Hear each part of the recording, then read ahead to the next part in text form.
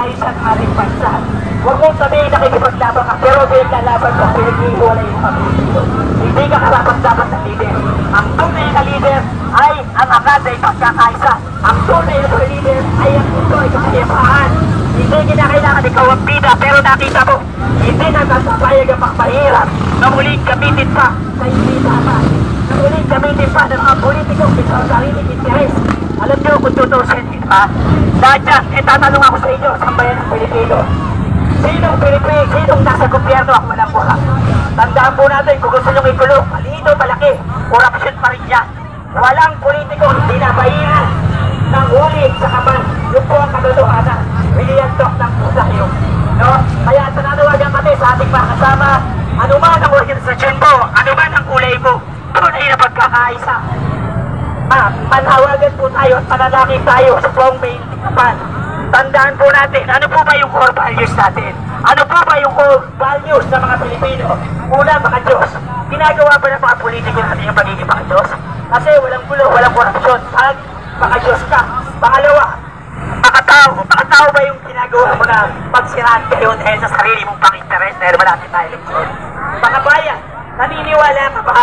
Naniniwala ba tayo na tunay tayong mga bayan? Kasi kung tunay tayong mga bayan, ang bibigyan natin ng unang interes sa nagpapalaga ay yung ating mga kababayan, yung mga kapwa natin Pilipino. Panawagan natin, huwag yung mga puro siraan dito. Panawagan natin yung mga negosyante, magkaisa yung mga Pilipino lahat dito, yun ang anuman nila. Makiusap tayo, tulungan nyo naman kami, ang ugat natin ay kahirapan. Magkaisa po tayo, babaan nyo po para hindi mahirapan yung mga Pilipino. Sa taas ng kuryente, bilihin, yan po yung mga pangunay talagang ugat ng problema ng mga Pilipino na hindi napapansin ng mga nasa gobyerno sa atin. Kaya po, wala po kalakad, nakadlang po namin ay tunay na pagkakaisa. Kaya, mabuhay po ang sambayanang Pilipino! Mabuhay sa BBM! Mabuhay po ang tunay na pagkakaisa! Mabuhay ang tunay na kapayapaan! Kaya muli tayo mga kampel, lahat ng 70%, lahat ng kaibigan nyo, kumare, kaibigan, yung mga nasa gobyerno, yung mga elitistang nakapahirap, yung mga elitistang mga talagang tunay na may pagpapahalaga sa bayan ng Pilipino, manawagan tayo, bumaba tayo, huwag nating pakisyan yung puro sila nila. Ang ating adigaing objective natin ay tunay na pagkakaisa. No? Yung po, kaya tatanong muli ako sa inyo para marinig na mga sa atin, ha? Ano po ba gusto nyo? Kaguluhan o kapayapaan? Ayusan o pag-iwalay? Ano po, narinig nyo, ang tingin ng mga boses o tinig ng sambayanang Pilipino na mas nakakarami ang hanay ng mga mahihirap na nagbibigay ng kapangyarihan sa mga nakaupo sa gobyerno. 70% po ang mahihirap na bumuboto sa mga politiko. Tayo nagbibigay ng kapangyarihan sa kanila at dapat gawin nila ang dapat para matulungan, bigyan ng direksyon ng mga kapwa natin Pilipino para sa magandang tahakin ng ating bansa na tunay na tulungan ang ating mga kababayan. Mabuhay po tayong lahat! Okay.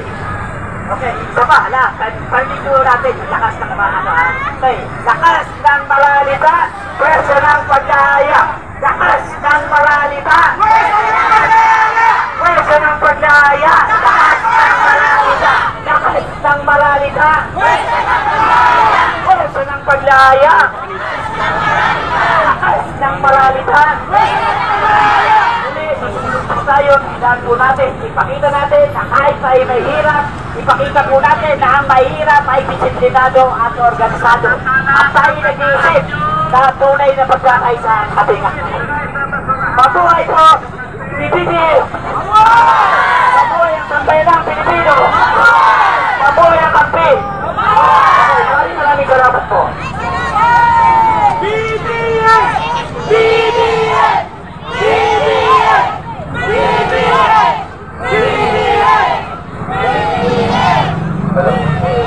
Okay, mga kasama.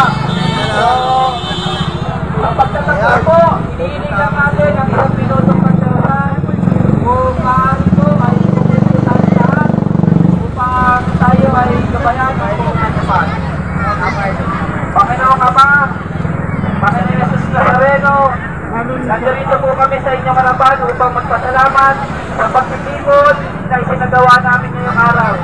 Nagpapasalamat po kami sa lahat po ng mga dumalo, sa lahat ng mga kapulisan na nagbantay upang kami po ay mag-secure, sa mga media, sa mga vloggers na nagpapaabot po ng aming mensahe para sa kapayapaan. Ang pagsasama-sama po namin ito bilang isang maralita ay usapin upang kami po ay magtuloy-tuloy sa pag-unlad bilang isang Pilipino.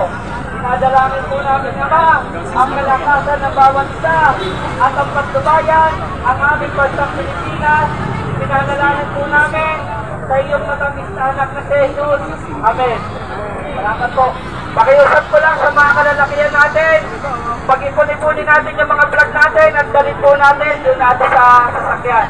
At din po sa mga matatanda, ingat po tayo sa pag-uwi, sa mga kababaihan at sa mga kabataan. Maraming salamat. Pasalamat po tayo sa mga media, sa mga vlogger. Maraming salamat po sa inyo.